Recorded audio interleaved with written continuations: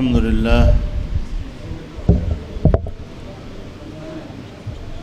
لله وكفى وسلام على عباده الذين اصطفى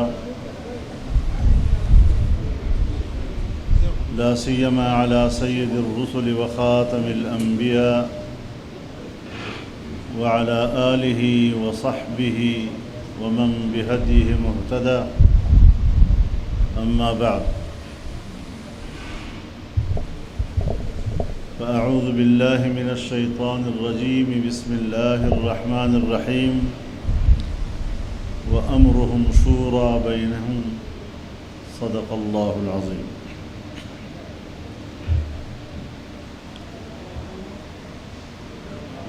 دغه درنې جرګې مشره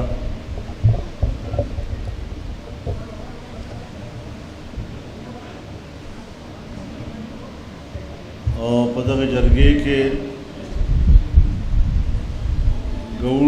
ګډون کوونکو د قومونو مشرانو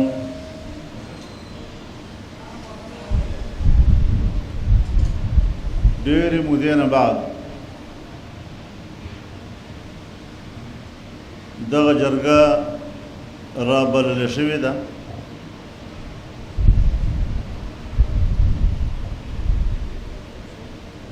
څه نوي داسې حالات مخې ته راغلل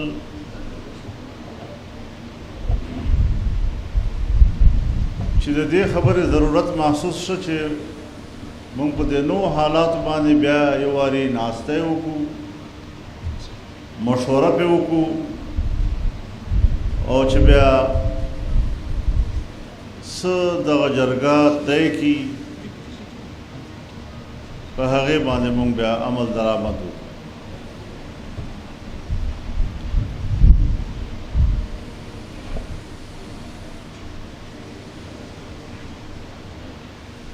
دلته زموږ په دې جرګه کې قبایلی مشران ناست دي، زیات تر تعلق د فاټا سره ده.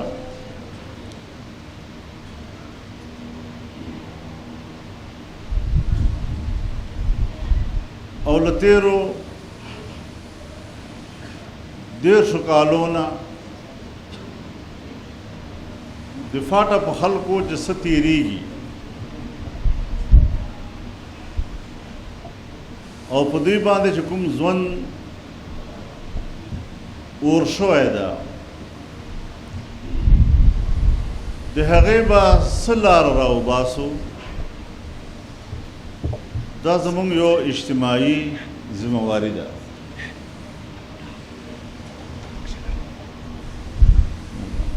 زما محترم ورونو،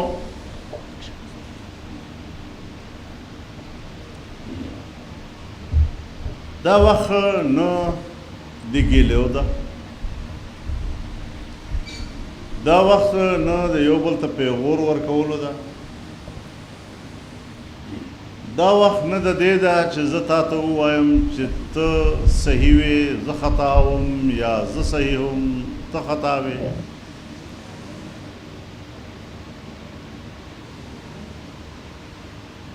سنجیدګي سره په صورتحال باندې غور کولو ضرورت ده. خو زه به صرف دغه جرګې یو پس منظر تاسو ته واضح کوم چې دا جرګه کله شروع شوې وه، د دې ابتدا وجوهات څه وو،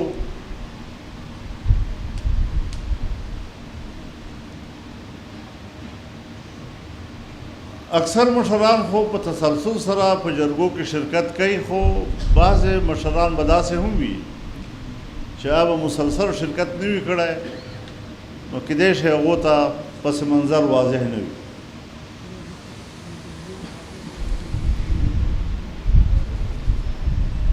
موږ چې کله بحث کوو نو په خپل بحث کې انضمام ټیک ده او انضمام غلط ده.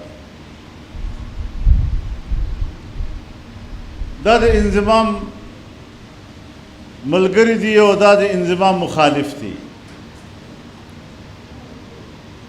اول خو زه دا خبره واضح کول غواړم چې دا موضوع په دوو ټکو کې بند نه ده.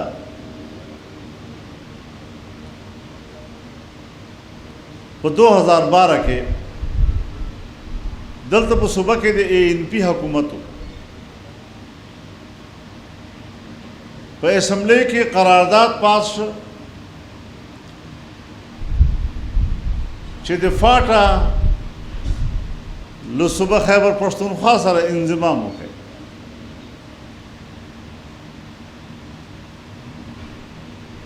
په هغه وخت کې غالباً د جولای میاشت و او 14 تاریخ و.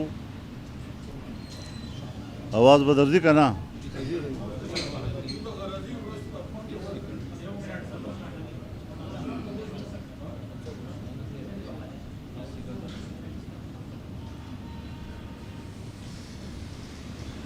په هغه وخت کې په نشترحال کې اوله جرګه مونږ راوغوښتله. مونږ خپلو ملګرو ته دا هدایات ورکړي وو چې د فاټا خپله یوه دنیا ده، دا قبایل دي، هر قبیله معلومه ده، د هرې قبیلې نسب معلوم ده، د هرې قبیلې خاوره معلومه ده، د هرې قبیلې کلی معلوم ده. دا دعوتنامه به تاسو یوسئ او چې په حقیقي معنو سره په علاقو کې د قومونو له پلارو نیکو مشران ملکان راغلي دي هغو ته به دا ورسوئ. هسې شمېر به نه پوره کوو. هغه خلک چې قومونو مشران تسلیم کړي دي، قبیلو مشران تسلیم کړي دي، په هر جرګه کې د دوی مشري دوی کوي، نمایندګي دوی کوي، هغه کسانو ته ځان ورسوئ چې مونږ یو حقیقي معنو سره د قبایلو یو نماینده جرګه برابره کړو او هغو نه په صورتحال باندې مشوره وکړو. چنانچه د مشورې اولنی اجلاس وشو.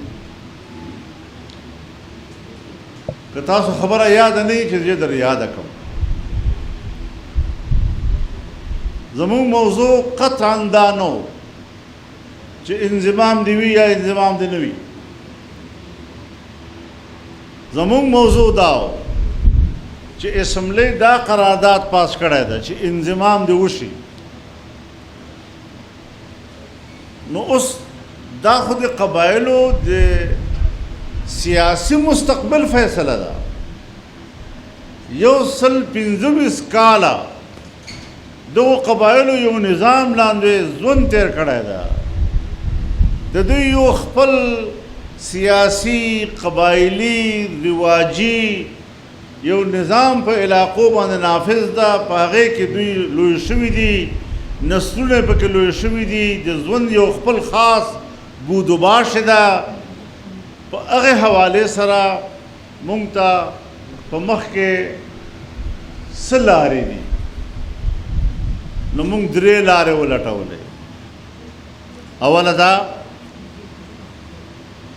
چې د قبایلو هغه زوړ سټیټس FCR پولیټیکل ایجنټ او ظاهره خبره ده چې پاکستان جوړ شو او بانی پاکستان جناح صاحب خیبر ته راغی او 1892 کې چې پیرنګیانو سره کومه معاهده د افغانانو شوې وه او د فاټا د دغې منطقې تعین د دغې حیثیت چې کوم ټاکلی شوی و هغه یې واپس قبایلو ته ورکړو او قبایلو پاکستان سره د الحاق اعلان وکړ. نو په هغه صورت کې خو ډیورن کرښه هم وه او که مونږ هر څومره ووایو چې دا پاک افغان بارډر ده خو دا به زمونږ یک طرفه خبره وي، دا به د افغانستان شاید هغه دپاره قبوله نه وي. د هغو معاهدو لرویه په دغه منطقې کې یک طرفه نه پاکستان رد و بدل کولی شي نه افغانستان. مونږ د افغانستان د بېقرارۍ نه فایده واخیسته او یک طرفه اقداماتو فیصلې مو وکړلې. نو چې کله دا صورتحال جوړ شو نو جرګې دا تجویز پاس کړ چې که تاسو انضمام کول غواړئ لکه چې اسمبلی قرارداد پاس کړی دی، که تاسو د فاټا هغه زوړ سټیټس برقرار ساتل غواړئ لکه د زړو معاهداتو په رڼا کې، او یا دا چې تاسو فاټا ته یو نوې مستقله صوبه ورکئ. دا درې خبرې په هغه وخت کې که ما حافظه صحیح کار کوي نو دې باندې زموږ اتفاق قرار شوی و. دام نه دی ویلي چې انضمام یا نه یا او زوړ حیثیت برقرار ساتل یا او یا نه دام نه دی ویلي، صوبه جوړول او یا نه دام نه دی ویلي.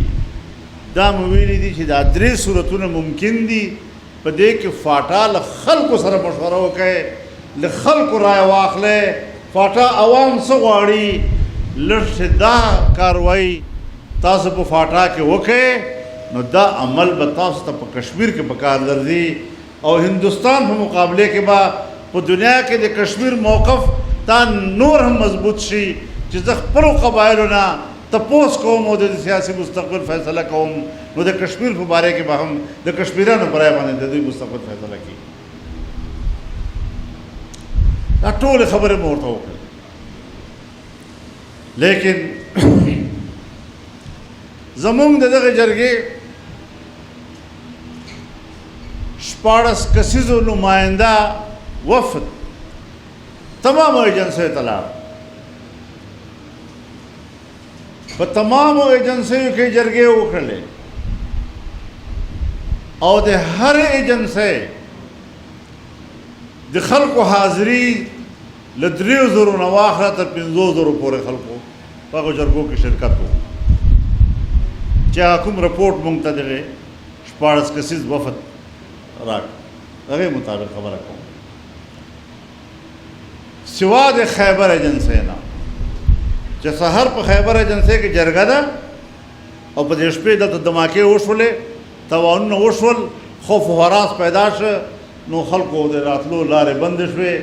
هغه جرګه شاید کمزورې وه، نور خو د هغې نه علاوه په تمامو ایجنسیو کې دا خلک لاړل او ډېر په خود اعتمادۍ سره یې خلکو سره خبره وکړه.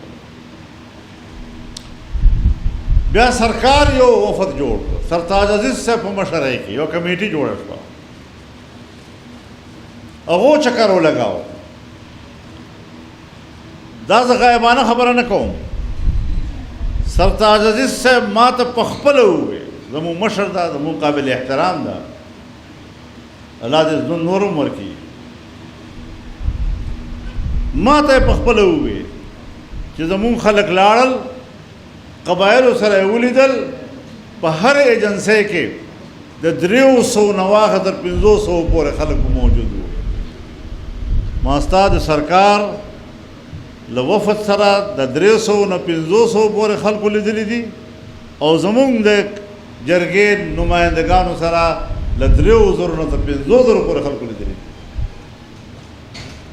بیا هغه رپورټ دوی لیکلی و، په هغه رپورټ کې چې کومې کمزوریانې مې مونږ هغه راوایستلې او ما په پارلیمنټ کې بیان کړلې. ما په هغې کې یو سوال وکړ چې ته په دا خپل رپورټ کې وایې چې مونږ به تر 10 کالو پورې 1000 اربه روپۍ قبایلو ته ورکوو، هر کال 100 اربه. دې دپاره چې مونږ هلته په قبایلو کې انفراسټرکچر جوړ کړو، سړکونه، بجلی، اسپتالونه، سکولونه کالجونه یونیورسټۍ او د قبایلو د زندګۍ بود و باش معیار د سټل علاقې سره برابر کړو.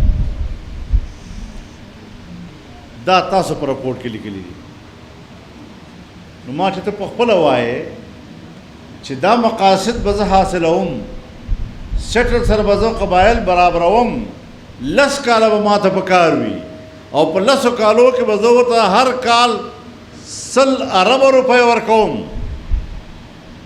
نو مال بیا جلدي څه ده، خو یو وار دا کار مکمل کړئ، 10 کاله مکمل کړئ، تر هغې به پته هم ولګي چې ته واقعیتاً پیسې ورکوې یا نه ورکوې، دا پیسې په صحیح ځای باندې لګي یا نه لګي، قبایل په دې باندې واقعیتاً تا ته خوشامند وایي او که په تا اعتراضونه کوي، څه حالات جوړېږي. 10 کالو کې به هر څه سپین تور را میدان ته شي او دا خبره به واضحه شي. خو دوی وایي چې نه اوس یې کوو. ما له قبایلو سره په آئین کې تړلي 1 دفعه یا 2 دفعې دي. دا 1 یا 2 دفعې به ته ختمې او دا تمام آئین 1.5 یا 200 دفعې به یکدم د دوی په ملا باندې بار کړې. په دې چېرې بحث ضرورت هم شته که نشته؟ لږ خو بحث به وکړئ سملېږي، دا خبره خو واضح شي. بغیر د بحث نه قرارداد یې وارې پاس کړ، نواز شریف صاحب په وخت کې پاس شو. ما سره په دغه وخت کې د هغه وخت آرمي چیف جنرال باجوه ولیدل په پارلیمنٹ هاوس کې، او ما تر مخکې دا خبره کړې ده، دا خبره چې په پټه نه کوم، ستاسو د خلکو کې کوم، مخکې مې هم کړې ده. په وضاحت سره ما ته وویل چې مولوي صاحب ته موږ ډول مشکلات پیدا کړي، په موږ باندې امریکې دباو ده،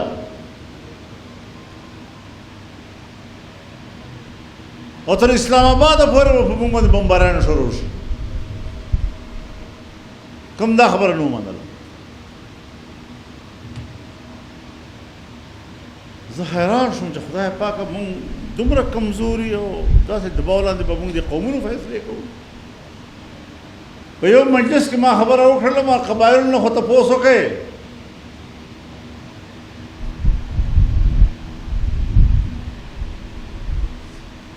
ما ته اوس هم ډېر افسوس راځي په دې خبره. وایي قبایل لا څوک چې دوی مسله تپوس کوي.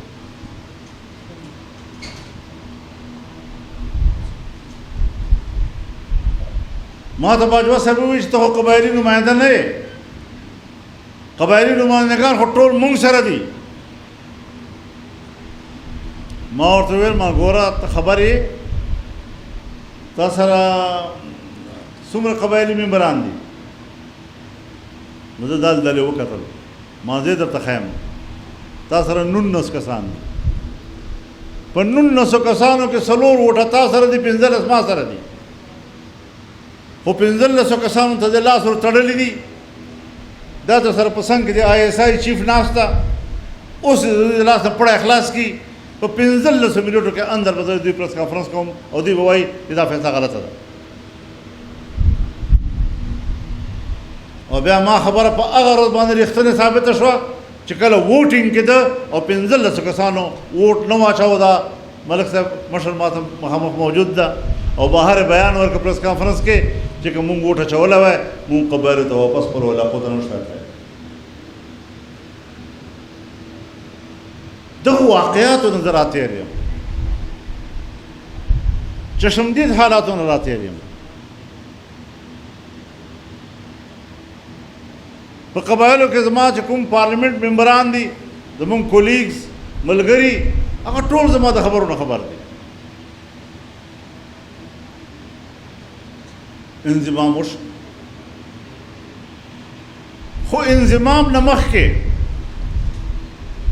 چې کله شاهد خاقان عباسی وزیر اعظم و او جنرل عبدالقادر بلوچ د سرحداتو وزیر و، دواړه ما ته راغلل کور ته او ما ته یې ویې چې دا زمونږ د خپل فیصلو 25 نکات دي. په دې 25 نکاتو کې له فاټه سره هغه نکتې چې تور سره اختلاف لري څلور دي. په دې څلورو کې دا ټول انضباب سره تړلې خبرې دي، موږ دا واپس اخلو.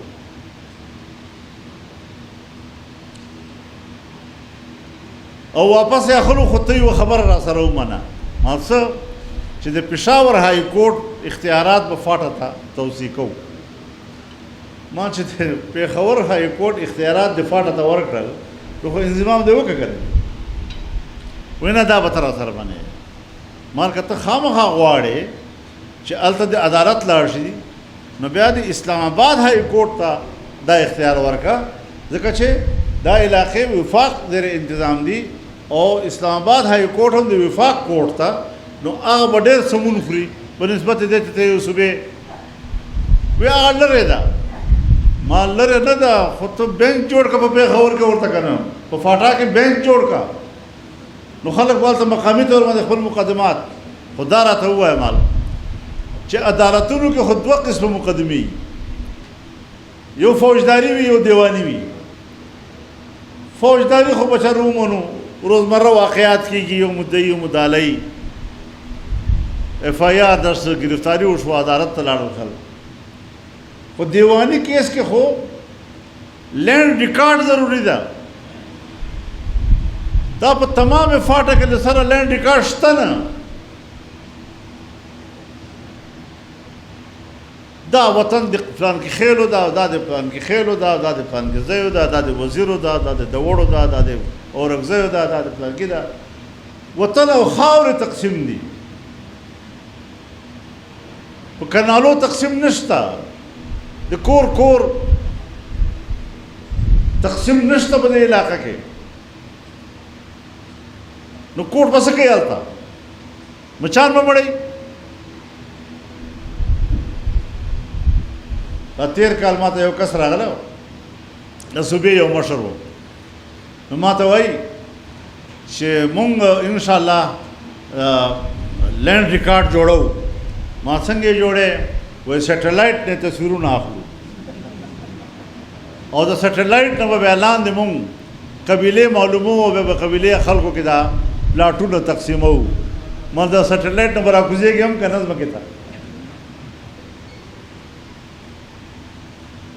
دا د دوی مجلسونه، دا د دوی خبرې چې هغه په مونږ باندې اپریشن یې وکړلې او وی چې تاسو کورونه او علاقې پرېږدئ، مونږ پرېښوې. په 24 غنټو کې په 12 غنټو کې علاقه پرېږدئ. دا خلک څنګه راوتلي دي هغه مناظر به تاسو کتلي چې څه یې په لاس راخیستی شوه، بس هغه راواخیستل نو راسه پاته کالی پاتا، سر پاتا، سپن پاتا، پیسے پاتے، روپے پاتے، جامع پاتے، بسترے پاتے، کٹونا پات، عرصے پاتا شو. پتہ حالت کے قبائل پخپل وطن کے مہاجر شول اور تش پہ پختونخوا کے نا تر سندھ پورے تر پنجاب پورے نن پختون پروت تا زی پہ زی باندے کیمپونے لگولی دی پخپل خرچو ازمکے واخستے آباد اکڑے ازمکے آباد شوی دی. نن هم د خپل وطن ته لا پورا را رسېدلی نه دی. او چې بیا څنګه خپل کلي ته واپس شو بیا هغه مناظر هم تاسو ته معلوم دي. زه به تاسو ته څه خبره کوم.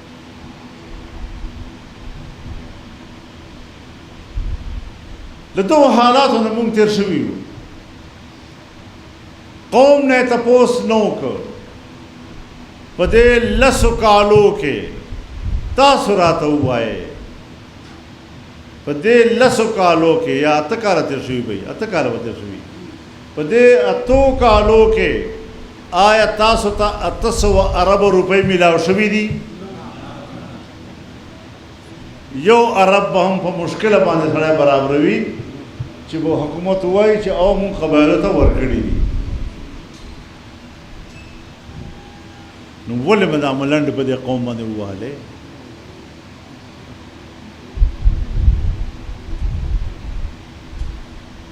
زما قبائل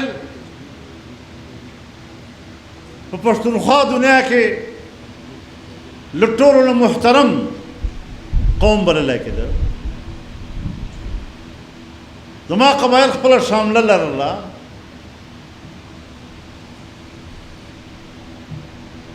تا د هغه شامله را وغورځوله، تا د هغه پټکی را وغورځاو، او زه الحمدلله د الله شکر ادا کوم چې د ما د قبایلو پښتنو کوم پټکی، کومه شامله، کومه کوله د ده له سره تا غورځولې وه، ما به نور څه نه یې کړي، خو په اوږه به مې ورتم کړي، ځمکې ته به مې نه یې پرېښي.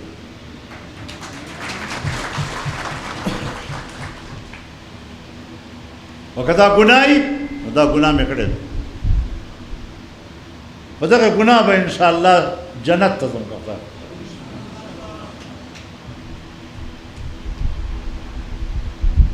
قومونه حق لري، قومونه درنښت لري، قومونه عزت لري. دا د تامسیه نه دي. او فوج ته هم وایم چې ته زما د ملک دفاعي قوت یې، ما تا په لاس کې ټوپک درکړی، ته مې د خپل لاس نه زوره ورکړی، خپله خېټه مې شمه ساتلې، خپل بچي مې شامه ساتلي، خو ته مې طاقت ورکړی. نن ته په قبایلو کې پروت امسیه او په ما حکومت کې ما ته امسیه وایې.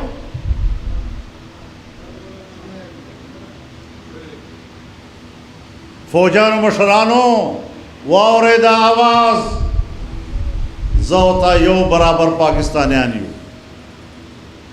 زما یو غریب قبایل د پاکستان یو غریب شهري چې په جیب کې کم شناختی کارت لري او د شناختی کارت په اساس د پاکستانی ده، قسم د ته هم د شناختی کارت په اساس پاکستانی ده. ما ته به د برابر په نظر ګورې، ما ته به د همسایه په نظر نه ګورې، او که د همسایه په نظر ګورې بیا د قسم د چې سیالم درته مخامخ کېږم او درېیم درته بیا.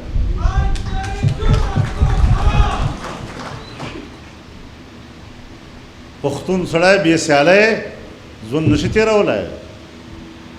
موږ د چا همسایه نه یو، خو پلارو نیکو نه کلک پښتانه یو، خپل تاریخ لرو، ځلند تاریخ لرو، قابل فخر تاریخ لرو، په خپلو آبا او اجداد باندې فخر کوو.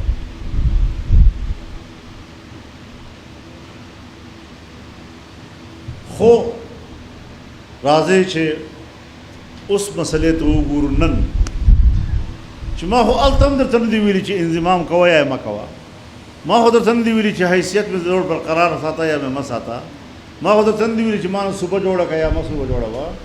خو قوم نه تپوس وکړه.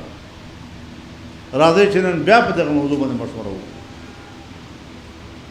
انضمام، حمایت او مخالفت خو دومره یو پته خو ولګېده، رای اختلاف هر چاته شته، سوچ او فکر اختلاف هر چاته شته، خو زه په دغه سوچ باندې حیران یم. ای قبایلي مشرانو او هغه مشران چې ژوندي دي او د اسلام آباد په کنونشن سنټر کې د پاکستان له تمامو جماعتونو سره، که سیاسي وو، که هغه مذهبي وو، که هر قسم تنظیم وو، له هغو سره تاسو میټینګ شوی وو او هغو په میټینګ کې چې له تاسو سره او کړي وو، آیا په اسمبلی کې ووټ هم په هغه او واچاو که نه واچاو؟ خبره خو دغه ده.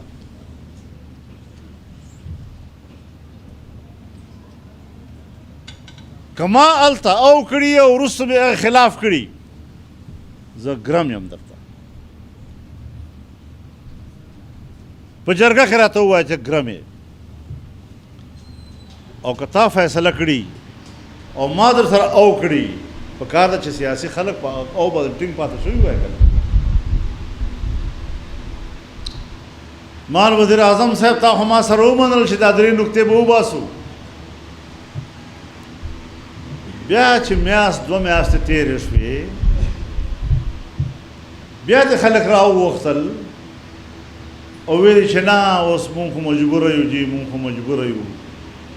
نو ما درته وویل په اجلاس کې تمام پاکستانی سیاستدانان د پارټیو مشران ناست هغو په موجودګي کې ما له ته چې ما خواته راغلی وې تا ما سره چې کومې خبرې کړې وې هغه څه ما نوټ کړي دي ګوام نشته خو تاسو 2 کسان وې او زه 3 کسان سره ناست وم تاسو څه خبرې چې ما ته کولې ما څه 2-3 نوټه واخیستل ما سره لیکلي پراته دي زه دې خلکو ته مخ بیانوم که ما غلط نوٹ کړي ما ته چې مخامخ ووایي چې فضل الرحمن غلط دروغ لیکلي دي او دروغ وایي او که ما تاسو خبرې صحیح نوٹ کړي بیا دې خلکو ته مخ ګواهي ورکړه چې فضل الرحمن صحیح خبره کوي نو چې ما خبرې ورته وکړلې چې دا تاسو ما سره خبرې کړې وې نو عبدالقادر بلوچ هغه وویل چې مولانا صاحب دا ټولې خبرې مونږ در سره منلې دي او مونږ در سره کړي دي خو مونږ بیا مجبوري ده اوس هغه مجبوري تاسو خپله تشریح وکړه چې مجبوري به صحیح نو ټولو ورته وویل چې ښه تا جمعیت سره خبرې طی کړي دي بیا دې مونږ کېنولي سوال خو صحیح و ګیله خو صحیح وه خو ورپسې دوم ټکی کاوه چې بس تا ته یې خیال چې څنګه دې خوښی چې څنګه دې خوښی دغو حالاتو نه حضرت خبره نن دې ځای ته راغله چې نن حکومت په دغه پېښور کې آرمي چیف راغلی وزیر اعظم راغلی جرګې سره کېنستی په هغه مجلس کې د تاسو خلکو شکایتونه اورېدلي او شکایتونو په نتیجې کې دا اعتراف وکړو چې مونږ باید چې په دغه انضمام فیصلې باندې بیا نظر ثاني وکړو او هغې ته مونږ کمیټۍ جوړو اوس یې کمیټۍ جوړه کړې ده او هغه کمیټۍ کې به زمونږ د صوبې څو کسان زه خبر نه یم خو به هر حال یو کمیټۍ جوړه شوې چې څو قبایل به یې پکې زه لا خبر نه یم فیصله به د تای د ستا د مستقبل به یي ستا د راتلونکو بچو به یي او ستا رای به پکې شامله نه وي اوس دا کمیټۍ چې حکومت جوړه کړې ده اول خو دې موږ په دې پوه کړي چې ته څه غواړې دا ټول انضمام فیصله واپس کول غواړې زوړ سټیټس بحال کول غواړې نوې صوبه جوړول غواړې ګلګت بلتستان په شان دی یو د صوبې سټیټس ورکول غواړې خپل مقصد خو واضح کړه چې زه په هغه مقصد باندې تا ته رایه درکړم تا خو ما ته نوک راښکاره کړ وایي دا جرګې سیسټم که دوباره بحال شي نو جرګې سیسټم چې یو ټوکری یو نوک ما ته راښکاره چې دا بحال کېږي نو نوک پسې به راته وخوښایه کړم چې څوک به هم وي که به نه وي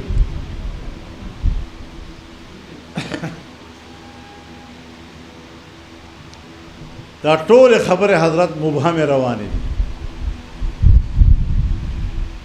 په تیارو کې روان یو د پاکستان ذمہ دارو خلکو مونږ په تیارو کې اچولی یو او راتلونکی سفر هم په دغه تیارې کې را باندې کوي ځکه مونږ دې ضرورت محسوس کړ چې یو ځلې بیا پکې په دې خبره باندې که چا د انضمام حمایت کړی و دا د حق و د حق نشم والا که چا د انضمام مخالفت کړی و دا د حق و مونږ د چا حق نه و نه چاته مونږ پیغور ورکوو خدا یو حقیقت ده چې مونږ به نارې کولې چې انضمام تجربه ناکامه شوه که تجربه دې کامیابه کړې وای خو نن به ما لاس جوړ کړي وو چې وروره ما خو رایه غلطه وه تاسو خو ډېره ښه منصوبه جوړه کړې وه قبایل مو آباد کړل خو د هغې نه زیات مو بدامنۍ ته راوستل او صرف بدامني نه ده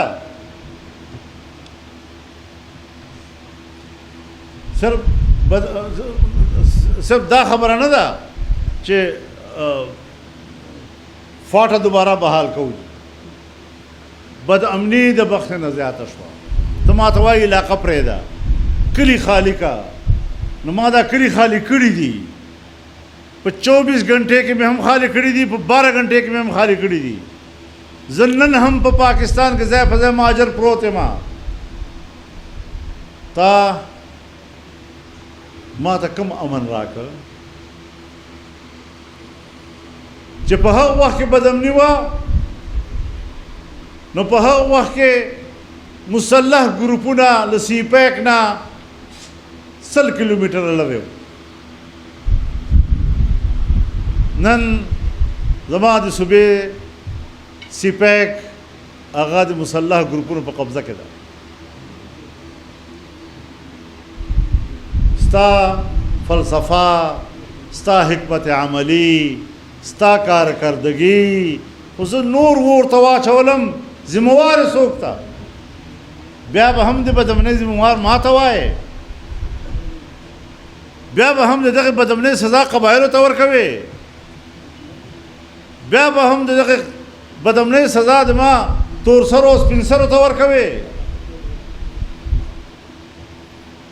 قبایل خو ډېر د شرم او د حیا خلک دي. د نیکونو پتې پاللی ده، هغه روایات یې ژوندي ساتلي دي، په هغې فخر هم کوي، څوک هم په شرمنده نه دي. خو بدامني خو هغې نه هم زیاته شوه.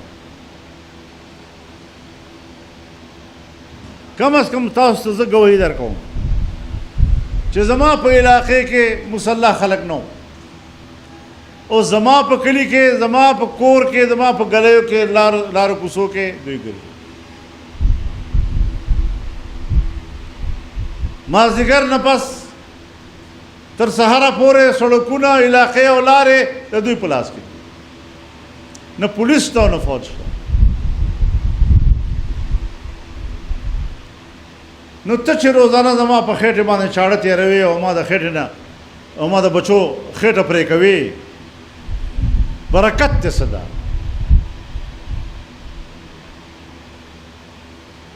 واقع کېږي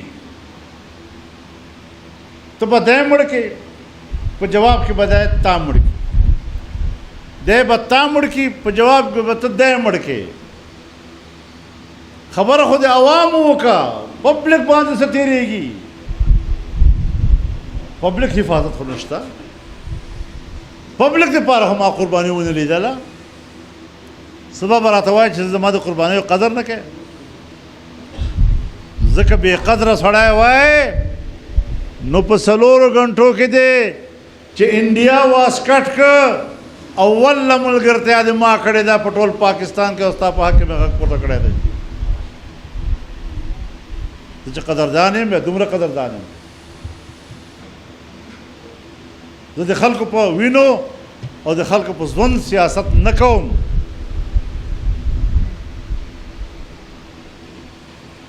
خو دهشتګردي ولې نه ختمېږي؟ دا به نه ختمېږي ورونو، خفه کېږئ ما. ځکه چې دغه دهشتګردي دا مذهب ته نسبت لري، دا د ګیرو پټکو مولیان، دا د مدرسو طالبان، دا مدرسې، دا ورته د سترګو ازغای جوړ دي. نو دا ایجنډه به ژوندی ساتي. دهشتګردي، خوارج، او بیا دا څوک دي؟ دا خو دغه مدرسې طالب، لکه په کالجونو کې هم خلک نیولې شوي دي، په دې بورډینګ هاوسونو کې هم خلک نیولې شوي دي، په یونیورسټیو کې هم خلک نیولې شوي دي، او ټول نه زیات هلته ګرفتاریان شوي دي. او تا په سترګو باندې ښخه ده دیني مدرسه چې قرآن او حدیث لولي خلک.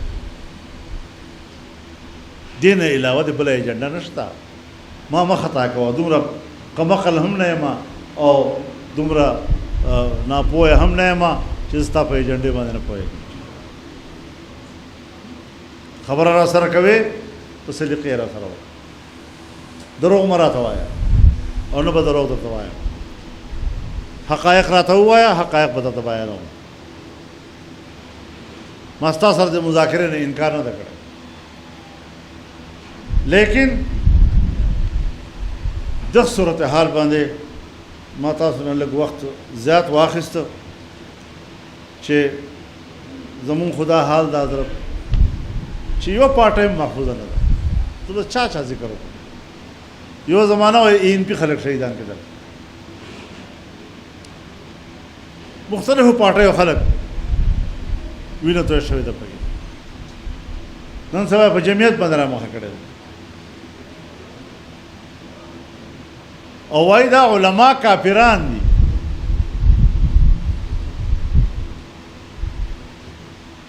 له مفتی محمود نه واخله هغه تر حضرت شیخ الهند نه پورې دا تمام اکابرین کافران کړي دي او کتاب یې پرې کړی دې نه نه یارېږي چې په دغه لیک باندې اوس خپله کافر کېږم. دومره سترګې ړندې شوي دي، زړه سترګې هم ړندې دي.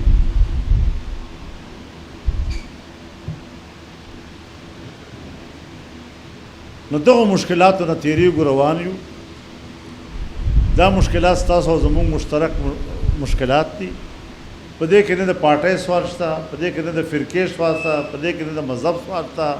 زمونږ په جرګه کې که اقلیتونو نه خلک دي هغه هم پکې شریک دي، که په هغې کې فرقې دي، که شیعه ده که سني ده هغه هم پکې شریک وي.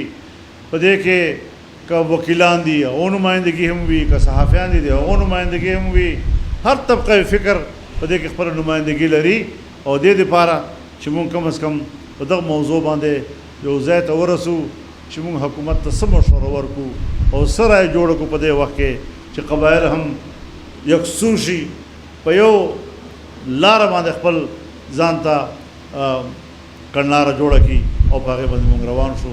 دغه یو څو خبرې ما تاسو په خدمت کې عرض کړې چې لږ پسې منظر واضح شي، لږ د خپل موقف هغه مختلف جهتونه واضح شي او بیا چې قبایلو ته اختیار چې زمونږ د اجازت نه بغیر او حد دا ده چې نن په کار و چې دوی ویلي وای چې قبایلي نمایندګان دې په دې کې وي.